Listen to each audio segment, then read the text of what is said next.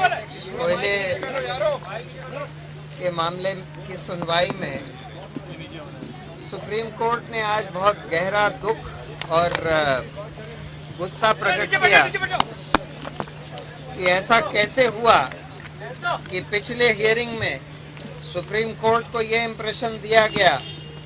और ये बोला गया कि स्टेटस रिपोर्ट जो कोर्ट में फाइल करी सीबीआई ने वो किसी को दिखाई नहीं गई, किसी मंत्री को या पॉलिटिकल एग्जीक्यूटिव में से किसी को दिखाई नहीं गई। और अब जो सीबीआई डायरेक्टर ने अपना एफिडेविट फाइल किया उसमें बिल्कुल उल्टी बात सामने आई। उन्होंने ये भी बोला कि इस एफिडेविट में, सीबीआई डायरेक्टर के एफिडेविट में पूरा खुलासा नहीं किया गया कि उस मीटिंग में या उन मीटिंग्स में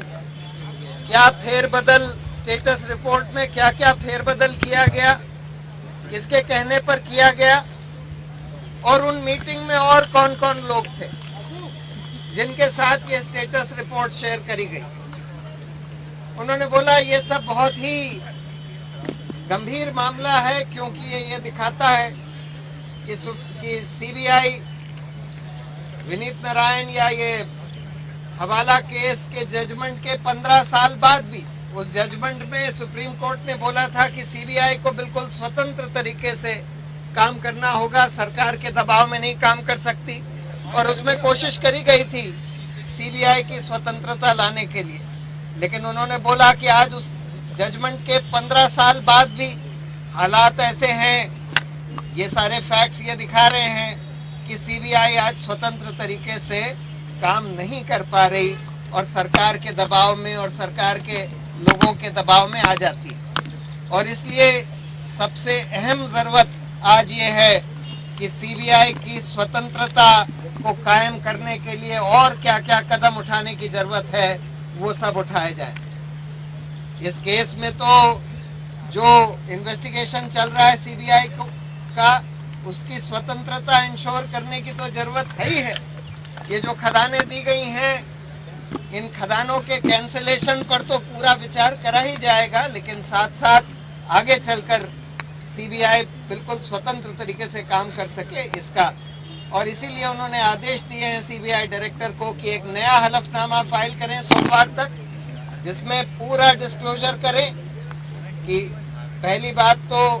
8 तारीख को उनको ये क्यों नहीं बताया गया कि ये स्टेटस रिपोर्ट जो वो लोग फाइल कर रहे हैं ये already law minister, 2 joint secretary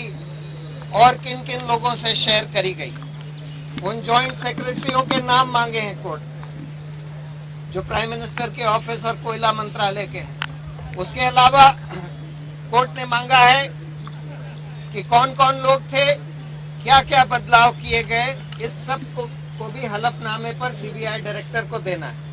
उसके अलावा ये भी कोर्ट ने पूछा कि पहले जो सीबीआई के अफसर इस इन्वेस्टिगेशन को सुपरवाइज कर रहे थे, जो डीआईजी रविकांत थे, क्या उनको हटा दिया गया? स्टेटस रिपोर्ट पहली वाली किसने बनाकर दी थी, उसके बाद ये वाली किसने दी है? तो उनको बताया गया कि हाँ, उनका तबादला कर दिया गया है और उनको इंटेलिजेंस ब्यूरो में भेज दिया गया। कोर्ट ने बोला है कि जितने भी सीबीआई के अफसर इस इन्वेस्टिगेशन में लगे हैं, सबका पूरा डिटेल बायोडेटा कोर्ट को दिया जाए अगली सुनवाई के पहले, जो कि 8 तारीख को।